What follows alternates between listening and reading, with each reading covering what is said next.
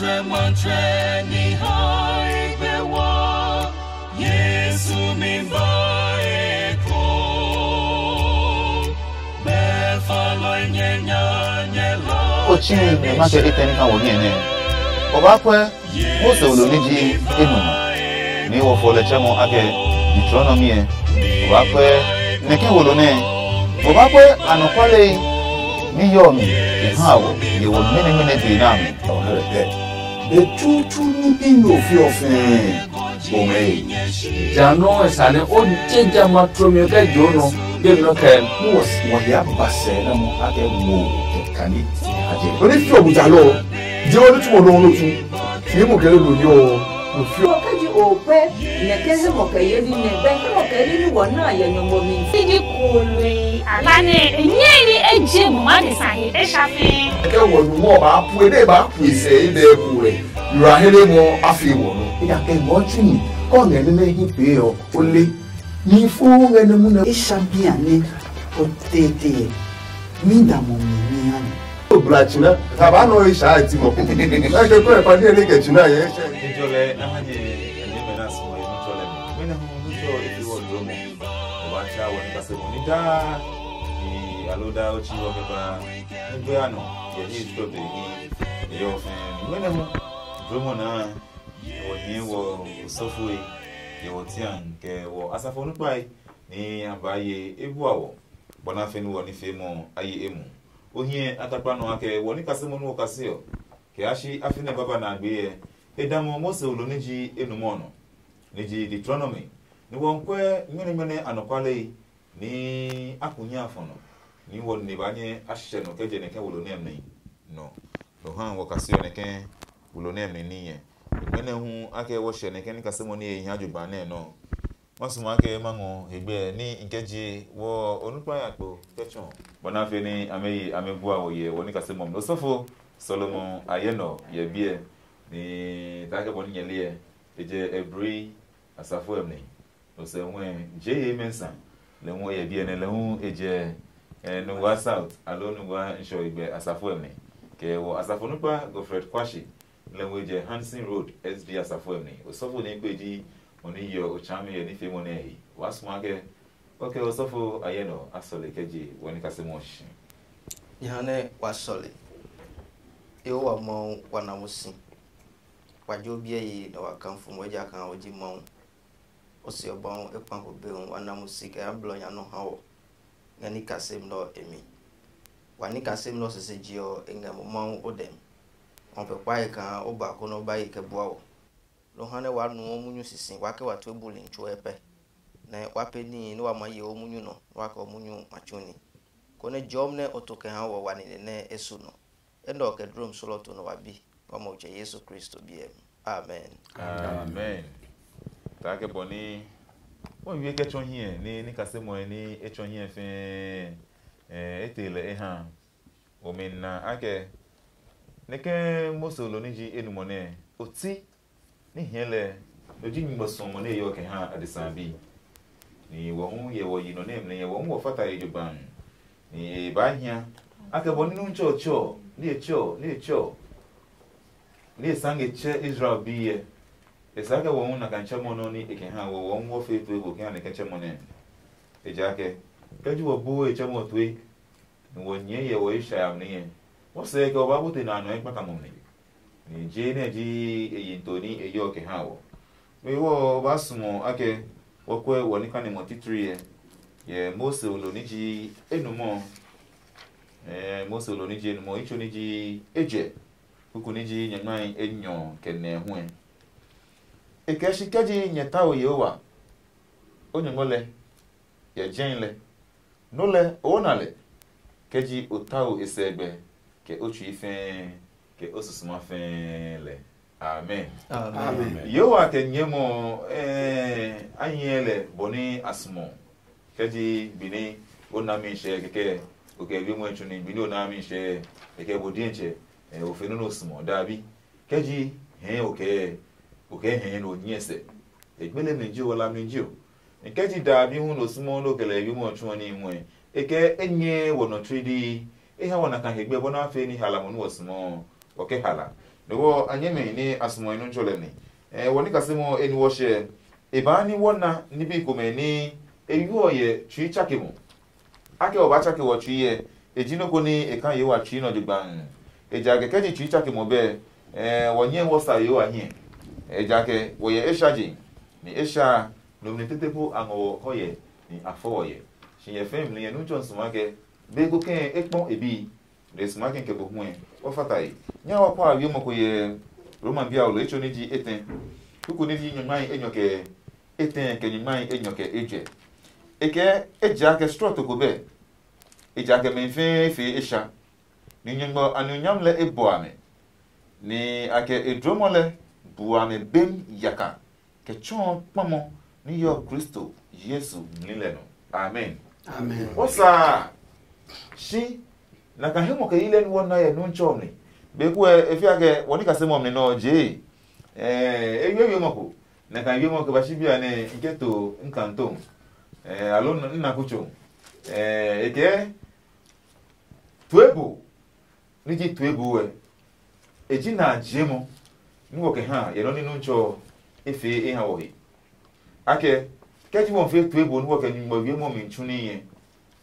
won fe na kan eja ke no ncho efe mi ni etun hie efe no ko ha wo no woni wo bo tue no woni wo ke ncho ye mo ntun ni bona fe ni me fa na kelele me na me ji otun mu fe lo eji ame no na tun ya fe ha me esa ame hie ne wo ne ke dromo ne wo ne sho no ke tun he mo ke yili ngo na ye no ncho Yesu Kristo ni ene ejino ni fi wo jaloye ene ejino ni abule jale ke ha Abraham ene ejino na abule jale ke ha Noah ene ejino na abule jale ke ha gbaloye ke nyeme krokume ni di cheme ni echon wo hie ke wo je amenogo na mechun shinye fim ni ye amegba afa ye beko krede kumen ano ni wo hu ye obe na ni ye won gbagba afan egbe instructor ano shinye fim ni nu choke nye chake anye twi nye pali akeba mi ngo eko ye ne jino ni ke wo ya woni kasemo ni eke wo jio ni kasemo mule fin shino eke namo aha ni ye Hebrew ni ye eke mi yitin ni kejo ke bagam ni eke namo aha je wasmo ake wona mi blamo ye ne ken bi mo nem ni bibli ni wonda mo na le kronkron ni kasemo ne no Minda wosifi usafo mi yiti. Oji wiemu. Ye wiemu fe, wiemu kasemu mi. Wiemu ekoko ti kome mi ni etun hwe. Ni eba agbeme adesan asusumo mi. Ni jikule o wa nyun fe shi ka ona hebo wa nyun fe so onye on fe. Mi yiti ne echon be como ka ake fe wiemu echon he wale konos mono ke fe noko shi mbon onye miyetin ya domo jemi ni tetri etamo ye wiemu kasemo mi etamo wiemu gotomo oh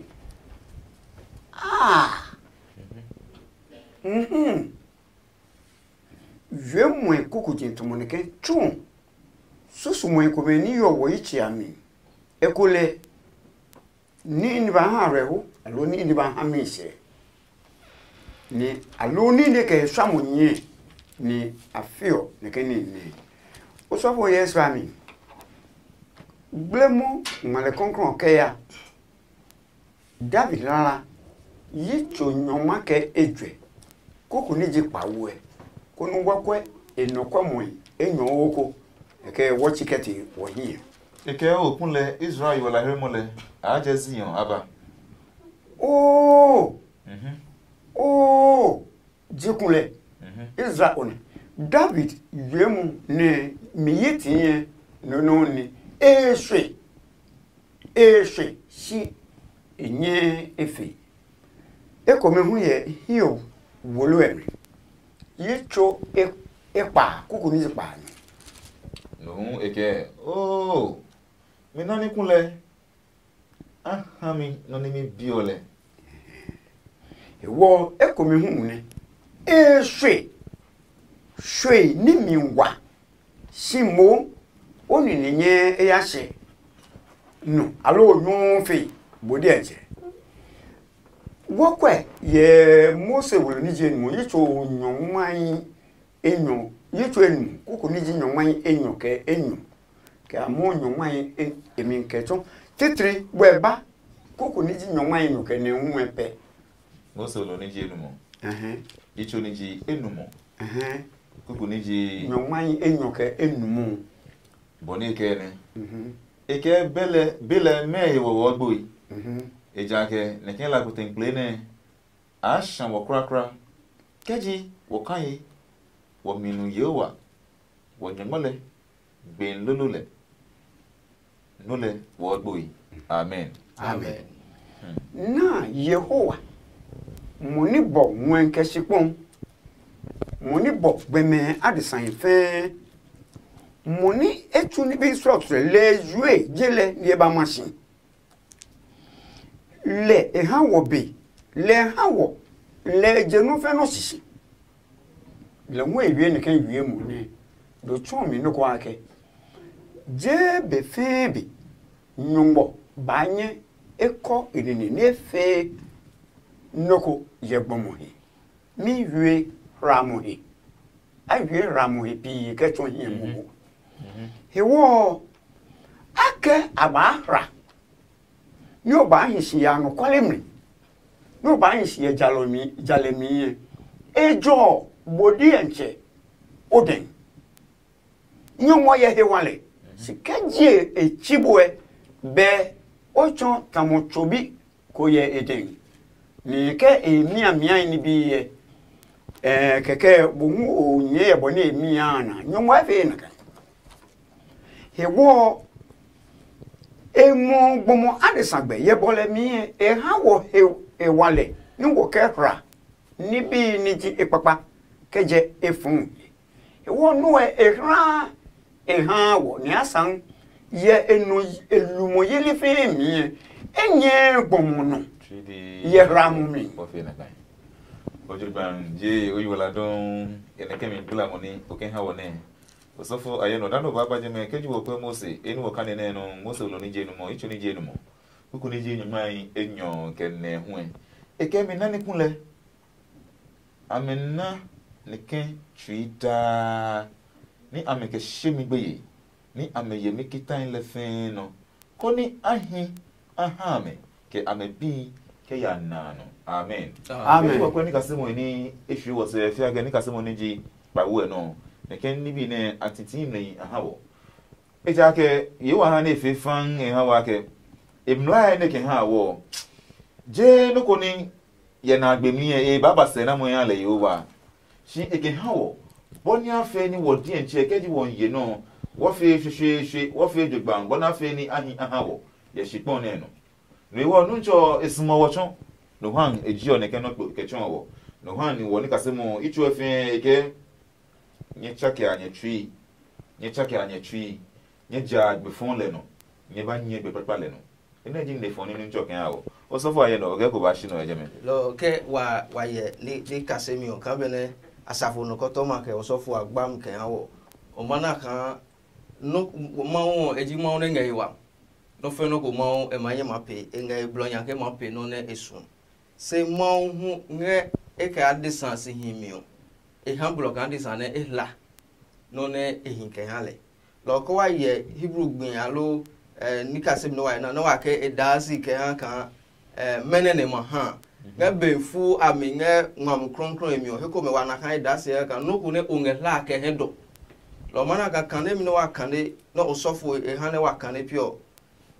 ka eji mo so mi ya ji kan o chope amaye legbe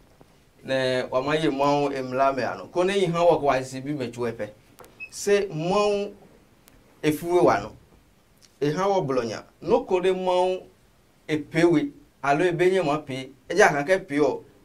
mo epewe mo hu lo ji kan e mo ngo adisa e blonya nge ide kan mo de ke mahla papa ke yayam no ko ka ke ji lo ne mo epewe ne mo epi e blonya hu kan e mo pe lo eja aka je sisi je ne bo adesa e ha wo jama blonya kan ne waso kan yi ha wo lo ji ne waya no ne wala kan ha wai se mawo esumio eklik ha wo kan beneta mo afa wo ko ka waye nwa kron e Moses wo mi epa begba mi ji epa yi epa mona ka bene eje Moses e blacky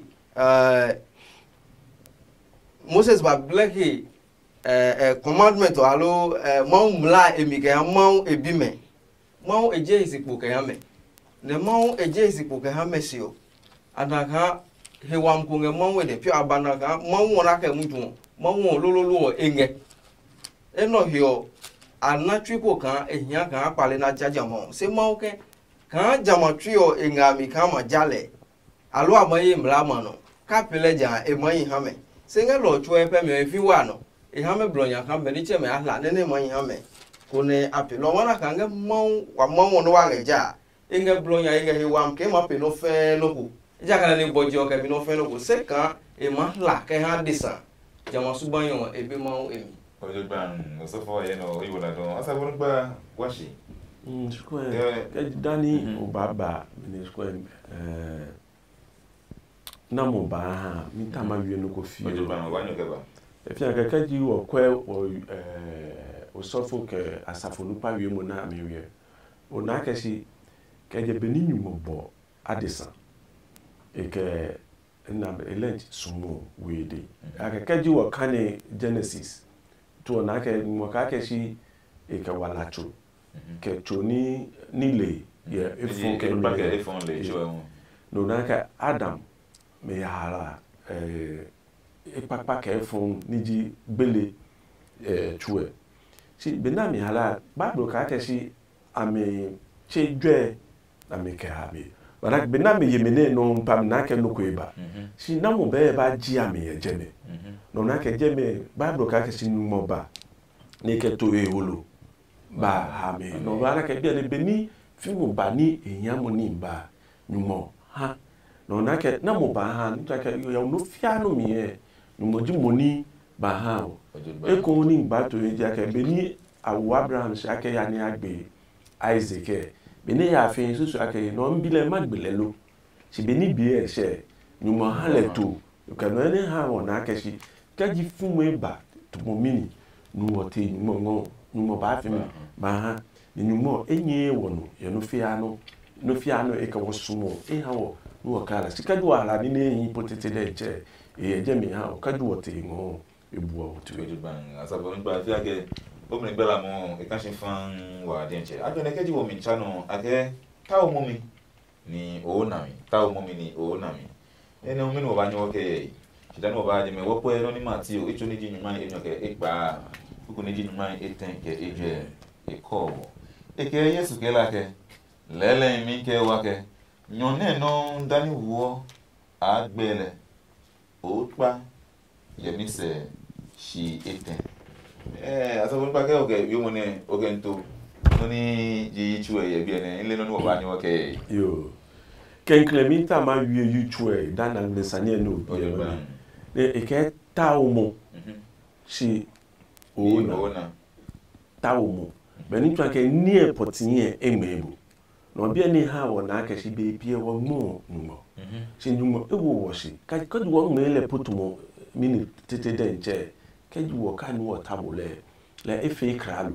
obanale no bi ene ha wo na ka shi e mi aka sha fe lo ji wo mo shi numo yukwe keje boy no da ni e hwe ja ke obata wo esegbe so banale ni sane ni obi e ko kwenu ke kwa yitu ele Kristo ha Petro nunshi ake iba jise beni twa ke ne jise be ba ngmele si wiemo tawo mo oba na me be ke Petro ake ke ba ke ojense potite denche no ka aka ojense no tawo mi oba na mi no bi ne tawo na ke si abo te po no gbe si wa ha ka ju tawo no mo oba na oju ban eda e bia ke o fele fan ye jeme o so fa ye no ye jeme no o sane bi mo ko e bi ene ake manage no ni nuncho ehwie ake ba fe e bi ye alo eme bimne ni amete shiwo shipon no shejeme awo kande moso lo niji enmo icho niji eje kuku niji nyamai enyo ke enumo ke bashi nyamai enyo ke banyo nyamai enyo ke enumo ke bashi nyamai enyo ke banyo eke keji onabi ke nabi ninye cheye shipon le no ninye yesane fon ninye fe loko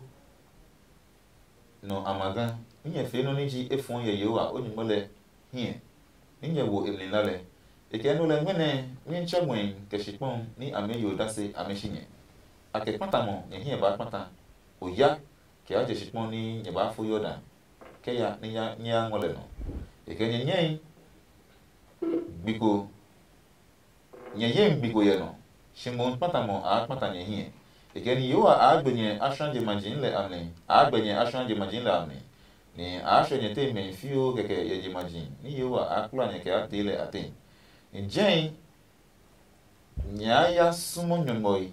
ni jigbome anilina nchumoye cheiketei ni enani ni amenuni ni ameyeni ni amenu ni afunle neke ni kane mone na wombie ko nwake neke yue mo ni yue wake ha bi ne alo eme ne me ni kasemo kro ba ni ona eme e ka fe Israel bi eson shi bia ne wo mo o bana ka ni kasem no ka e ya ke ha me ngaja ma bi mi o e ba ke ha wo hun lo e ja ka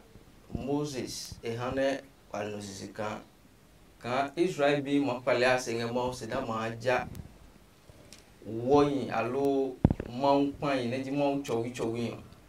ebe no ba amuno no bem na asusi wo msuban se be ko ma ba puem ne ahema ba ji mo eno be fu abi ne ko obi ke oke wa bi wa he ike mo wasi funfun wasi himio kengeke ke to beni bale Kristo ehio mwana bo ni funga ne wadi oke o beni ba sasa fo mi pe beni ba so le pe jama bio mi o ibo yi mo dinge mo jami se be me be ngami puo ihe ke mi o eboni si ba no mwana kan niko me ne imaidu eziki bi pe hu ipalise ni yange jama ni o me pe kike ma si funfun ene Israel bi ayami o ne se kawa bukane mi o etu saminya yo amauke ngebe no ma mi chwe pe ni ma ho ma je chwe pe ya nenye ma fia je ma gbeke fia nenye ma ja wo cho ye ma ja cho yi ke ten chwe pe be ma su ne kanye chemio ma henye no ke wakane verse 29 kanye lamio imi nye mamu nye manami ne kanye nye laiseblo kanye chwe pe nyema na imi yewa ma amen lo mana ka si fonfun ne eko me won wa ma se mi nge wa pio si yimi kan eko me beni bale mo ke pio si fonfun mana ka pio ini ye je ge ma o ike ma pio block ba da wa peti ike ma wa peti ebe tutuntun yewa ma enge wo henke no fom ha ke nge wa hawo mu wa de ngbe ke wa poto si fonfun wa nge mi tuwe pe ke wa mo pale ke ba no wa ma lale mo le wamana le se chwa pe edasi ke ha juem chake ni wo wamana kekle kan ehia kan ma pale ke ya ne ke wa pale ke ya yi wa ma e ma sole o e ja kan e dromio ehie ke ha o ojo ba je kuku be ni o ya wo ni eje me tomo boni oje isini owie nyeto wa mi ni nyana mi ke nyeto mi nye twife ni bi ne chongo ake nyongo eye nili ye nibi ni baba femi nyongo ye nili wojomui ele ke wojebie ni ka baba wonu o ba gbesi nyongo le se ni me fi tamonu oje isi enwe wogbe ni wo hala papa kejo efun wo nyombo le wo sanji fe nyombo ele ni yo wo yin eka Israel ye age ni ame ya ni ama sesi wo sukun ni afi komenya se bi kenabia se ama do ame ama bon wonjam oge na hwe baga o be ni wo be we bia wo fe woni na pa ni simbo ni ewie na kan pepe ti boni ni be bad musi yi no e ko me ase be me fe pa ni ama bon woji ajam tun boni nyombo ewie oje foje me kuku awo ni wo ya wo e kuku jiake nyombo le ni bi fe si ni me fe ami e ke wodo wo ra wo ba wo mleno ni wo ra le e ba reo oje ban wonda o shin baba o osofo ayeno o ba cha ni kasemo no ejeme ana wo ibru yomo gogro ake teshuva ake shinji ake palemo loku ose lo ye beko no banyo ka ke tri chakemo ni ejeme wonta wona ake me tri chakemo na ekra ajino ni yowa epa agbeye Israel biade ni wo mene wo mu epa ne tri chakemo na egbeye wodi so osofo mochum lo kambele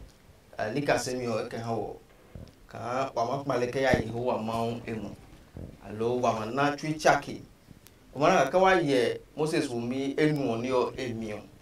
wa ni kasemio no wa kase ka ni kasemio zi jwe pe hawa nu niku me asisi ka ke wa petu ebu ke amawu le Yehowa maun emajo neke wa machano magbo Yehowa maun tuyo le tu gblam jinene engehe ke hawo eno ge wani kase wona kan mam kronkron ede wonu nge Galatia bi awomi oyi epa yi mi gba ni pa go ke pa yan ekenye kala ka nye nyongo alile yaka eja ke no pe ni gbomodun ole no no we ba pa hu eja ke moni dun ni yele dienche eyelo ni le eyelo le ni e ba pa fite mo keje se moni dun ni ye mo le ni le mo le ni no e ba pa na no wala ye keje amen no fe no wa modun lo no wa pa no ko bi blefo dun ne e ma ya pa mango no fe no ma pa so sisin kan mo hu loji mo no ka ma wo mi lo e ibili ne ma wo no ma ya pa wo se eno yo wa mo e pale nga wa iju ese che kan nge amlo mi o ili no ne ongedun emu ne ni ngedun oli emi pe ni le ne ni ngedun mu no le no ongedun se ke ma bam kan ini dum ni ngedun alo ke mo wa na ne hiam ije ba ini ni e pejo epe e ke gbe no ne ma ba ham ho si o le ehia kan ma na twi chake nge Yehowa ma emi ehia kan ma pale isi de ma pale ke Yehowa ma emoya ko ne le ni che drami ke ha mo mi ne etozi ke ha bi me o mana kan ne yaya mba jo mi o pio yaya mba pe nogo kan nogo ne fun si ha no fe nogo ne no fe nogo manye ma pe ko se nge wa je mba ko asifun mi tu epe bene wa se ya mi ha wa se ne ke ya mi wa ya no apetu epe ko pale ke ba maun emu Yehowa maun ebile ni ne be ko nkan e ma sole wo ne e ma pe wo no e ma chake wo ne ma drawo ke ha mo mi ne eto ke ha bi me ojo ban oyi wala don asa bonu gba kwashi bia ne minta ma wie no kofi o bia ake keji nye pale nye se alo ni na twi chake mo e ka ma ke le ke wie mo ne ke fie wona la ke no ko bibio shi wie mo wulu jini ni nchole ka wo yuo to fio to na twi chake mo keji ojo seko ni e potin ni no bana ke no bia ne nchole nteta keji wo yo se akeshi wo dugbe wo ye fimo mi ise ya keshi oba no kenkre ake Christopher ni e sa ko wo yo se ja ke BP onyo na muko ba na ka ba ke mo ya pale fai sinde yo se ko ni e potin wo bana ke e fai ne ya pa je e chu e twimi se ka je yo se ni e lo bana ke je ya e ju e twimi ke fi o mi ye ka ya no bia na ni to ja ke ju wo yo se ni wo be ngo e ba hele wo yo se mo lo di cleanse no e bia na je o ge go ba shije me no ya ole Mida kusiwa usofo. Ne katwi chake mu sanjine. Je sane bibio. Ade sanko be sipone. Ni le dienje. Ibata si ye dwemu hewale na. Ake na twi chake. Nibi ni ya ye wodwemu aminji. Nyumbo mu konkro dienje. Belio wonile ke wodwemu yana. Doji kenkreno ni le jio wo wala shi le fe echongo ni no jinu ni ewo wo hewale ake wo se keba nyongo ene wo chola ke nyongo dromo wo twi chakim ke wo no fe no nyongo jimu ni jio sisi e hawo dan wo ba wo ngleno hewo mo wona lo ke drology Yehowa musunchology Yehowa le helio woshi ke jo wo gbedun nemi ni ke wo wo se ke ba enu ni ke ji o heli si ji o wala si le po etonbo ni helio ya to fi cha ke mo ja tu me fe no to le o ga to fi cha ke mo e boklo bo fe bo no yo la fo lo ke ba just as I am bo fe bo no yo ba Ewo Yesu mo aya na na ti chake. O sin le ke bi efen ke ye nu. Ka ya sese ka pla ke te ego. To mo na dan ya fe. Wo ya emu. Ni le ji mo ni etun. Ti chake mo ni ke mo konkron dan wo Helios ke ba wo ngle. E ke wo su ego yin. Ye je mi no mo drum. Mo drum ni. Do jino ni chilo wo. Wo po wo Helios ake sumne ni wo botene. Alo shin le ni wo botene ne. Ke ji ehien mo konkron ba ke o ke hin hu mo konkron ba ke o je o yola don asafo ni papashi ke ji won pe ni kasemo ni wo kase o ne ke ji wo pe ye mo titu ni wo ke choni ye mo se o lo ni je mo icho ni ji nyuma eten ko pe ke je klente ku a hu titri ke ba nyuma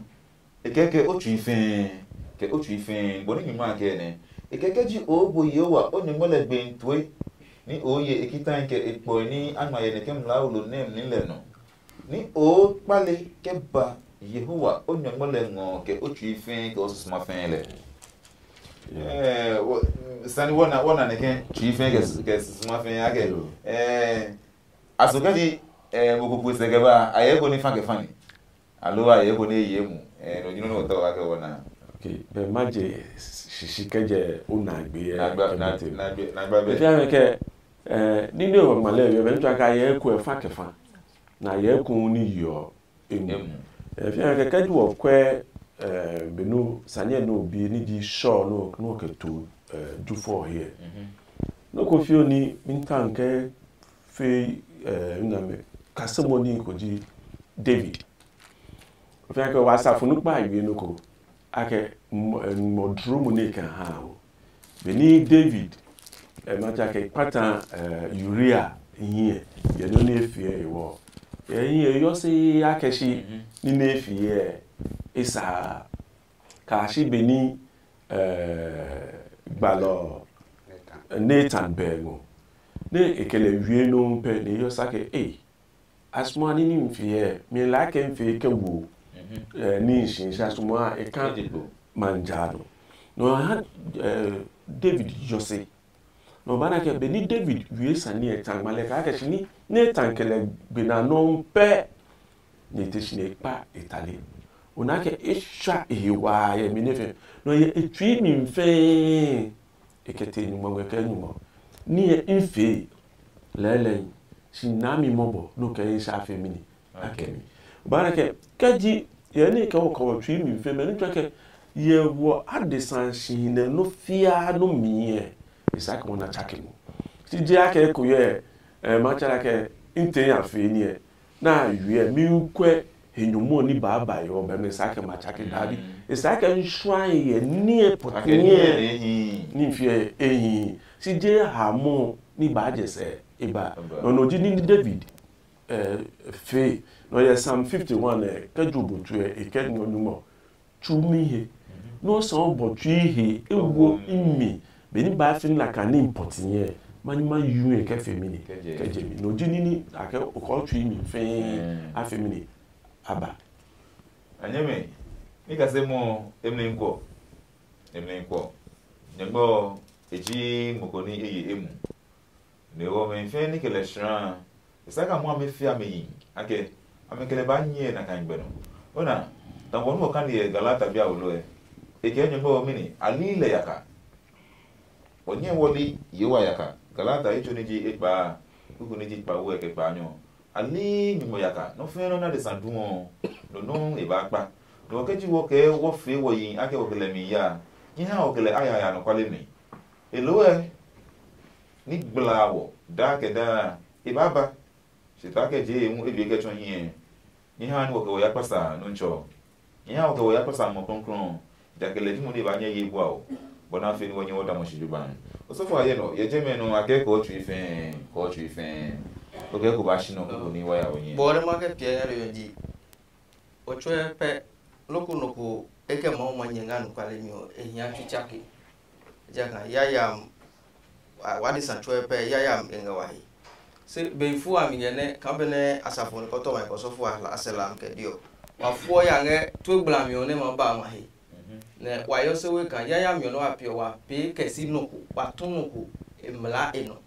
no ne eji wa bolo ke wa ponlo wa ke pio wa eji ono kan le mla no mo ne wa tun ne yaya mi no wa pio wa pe kesi le ne blo tiko no eno yo kan wa mo na dwem chake mi ade san ji wo wa hia mon emu kronkron wa hia ka wa mon wa e ngofo Kristo no ko na Kristo ni che ne e ke bo ne wa na dwen chake nge anukwale pika to egbra mi ne ma ba hi se wa ma yo se kan wa ton kesi ye wa mon ni che ne hia kan wa kele wa peti ne e pale da e ko no yo wa ke wa e ma fun no ne ye wa mon ni che ma ye ke bo ko ne ji wo ka je jama se funfun eme amen je okay ni kasemo mimba na be fiofio ni na be no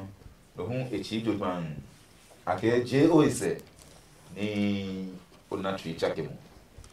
je oise ni ona twi chakemo maso maka waka ne yumo fio ko ye matio icho ni ji eten kuku ni ji clean no ke ba shi gbanyo eke shi no gbile amnile Yohane Baptist lole ba eba shia ya Yudia ngalemne ni eke yake nyechake anyechui shimwe mancha ile ebenke shimone jimo heni gbalo eza wie ake moko gbemi boye ngaleno ake nyesa nu nchore gbele ni nyefie tempo ile tromo shinle Yohane le yoma hechoi ake lo itadi ni wolo pa fin elintin ni eni ji balabi ke ngano wo agbene Jerusalem ke Judea fin ke Jordan ni afin jepo ba engo ni baptiste ame Jordan ni beni amejaji ame Ishaile shi beni ina Pharisee fo ke Saduki fo le ateme pi ba baptismo hele e kama ke sinoi ashwe namo chonye ake nye jobni funi ba le na fo bele nye wa yibi ni sa twi chake mombo ta o momeni o nami pale moni opose akena mo aha wana woli yake keji yolare mo ko ye keji shaifa ko ye keji no papa ko ye ni woni ba she no fe ni boji moni ha agbene mu ake wo chake wo twi fe mo le bubu a o teji siji mi ko kenje mako gbeni ko mi kwa ko mi keje shono yi twi chake mi eke to ebonyi twi chake mu eke to ebonyi eja ke ni woji mu ni adisan twi chake ni keji una twi chake ohra no ni nyongo ke ha boe no ni nyese giake ofi oto ebu oha egbeton mu ke nibi fe ni eke ofi ni ndoje mu ke yeli wo hemu ke yeli ke to ebonyi twi chake hemu ke yeli ke to ebu amegbala amemi boko be egbe ni ba ke yake eye hemu ke yeli ye nyongo mi ni le no nwe enye kondoji ni enye nyongo mla wo twi chake ke Come on, no ve han Israel here. Eji ame kwa se sina egu. Eji ame da. E ha me kwa magbene. E ga nyanya. Na ka Yesu ba fe. E ke nponyi. No agbene nyanya. No ewo ka wo na twi chake. No wonyo ye nyomboto ebo na. O musa ki foi. Ke farisi foi aye jeme. Ne kan ade samla gbamali petemune. Bumola jemu. Ni gbedun mi. Je mas ma go oti jeme mi ko ni wonu yo jiba. Mla gbamali no yeli. Ake okendo sanyongo hi. Bumola jemu. Ni esha ni egudun. Mi ewo eche saduki foi ke farisi foi fe ake amenje na kan pajian ko ameko gbe ni yonwe egbele cha ma ke sino aswe no mo tonye gbe ake nyejo na funi ba na foi ewo no hello wosi ake nyomo yirahemu dromo aton ake hawo sije woni tuma amieje nyonwa no ke no ni ko ni mu kwa kaso keji ukawa ajo ni tuma ami ake no oyi wala benuele olako ni woni sake wo chake wo tui ni wona tui chake wo kwa Yesu leji mu ni Yesu nyombo ke da musiawo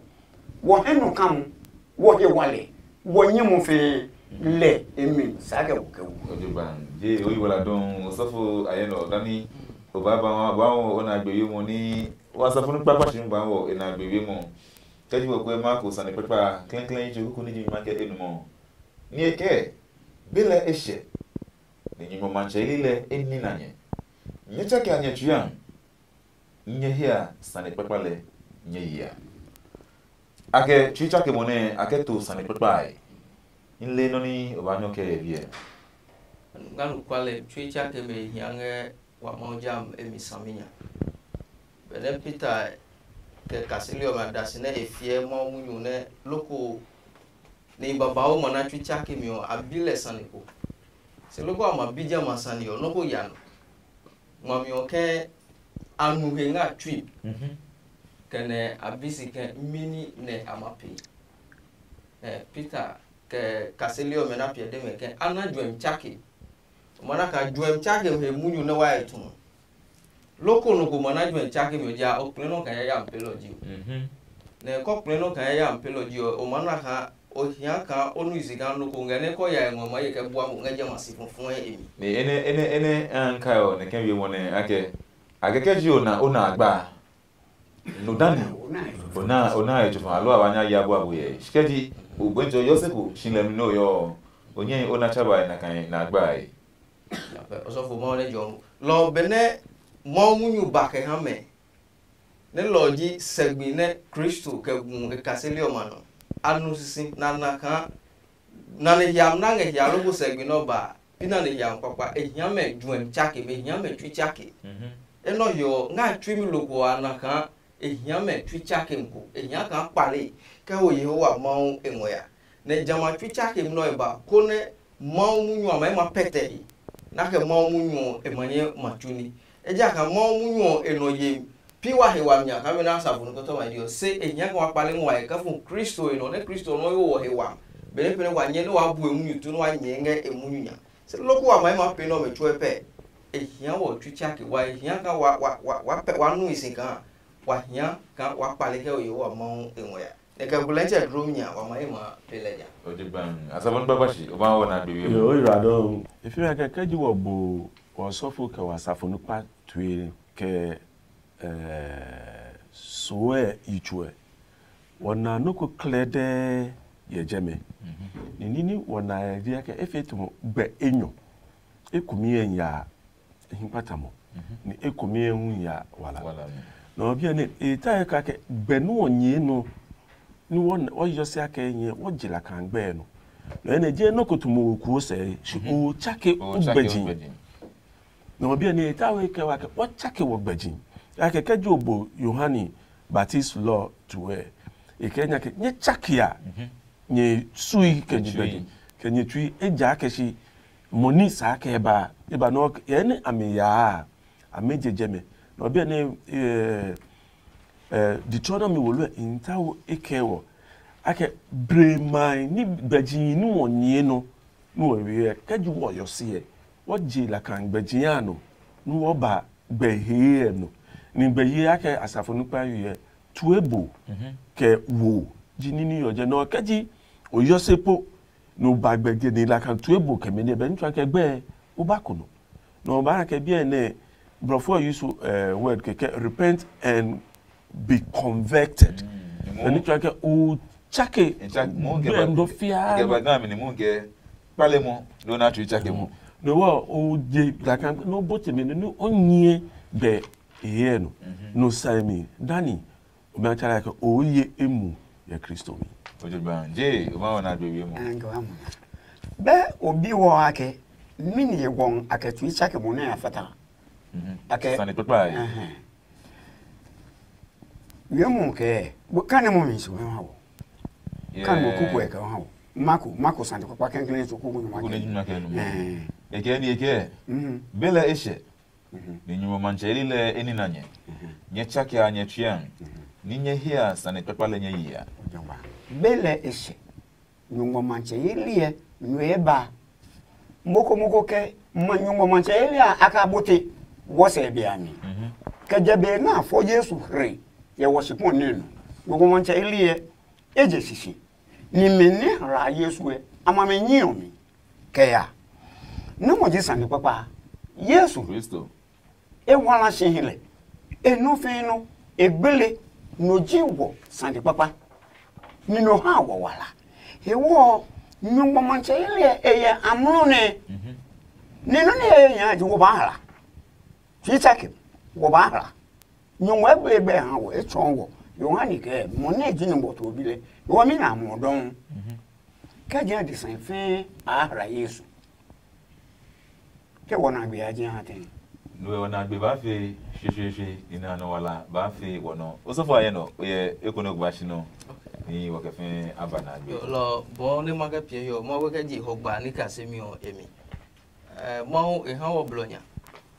inga blonya kama la mo nge blonya ko ma la ne no maja ke blono to no mo gun ka jale inga blonya kama la mo nge blonya no ma la ka o ma hiya ya mi alo wa maji wa ya mi ami jano kene wange blonya kan wa mo na twi chake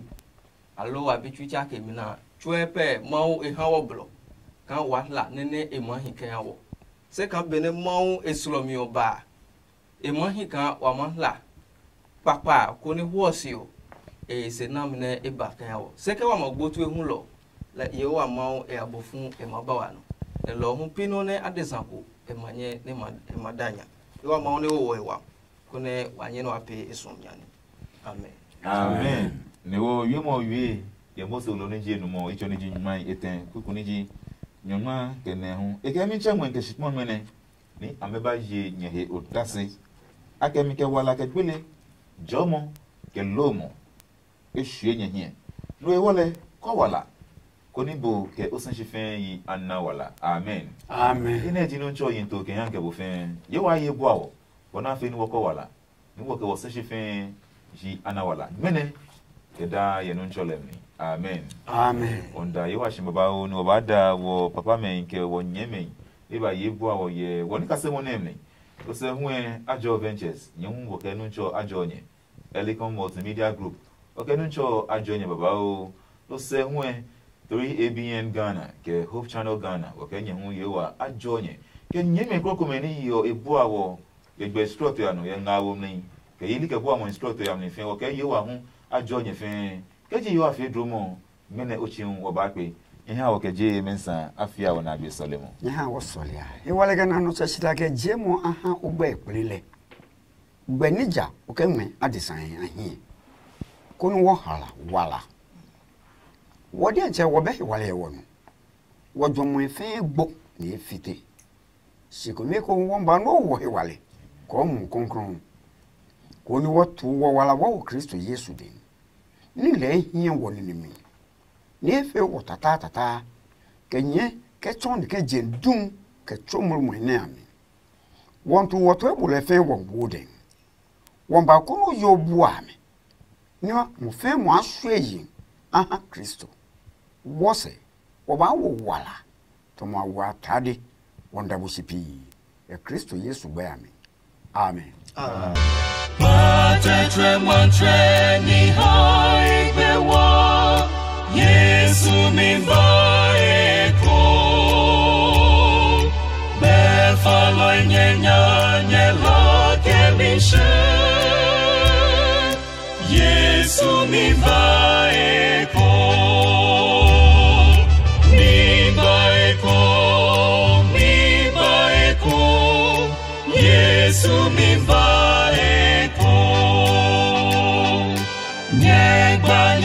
Nyeshi poji fe Yesu mimba eko Tobini abele mimba kenya Yesu mimba eko Mimba eko Mimba eko Yesu mimba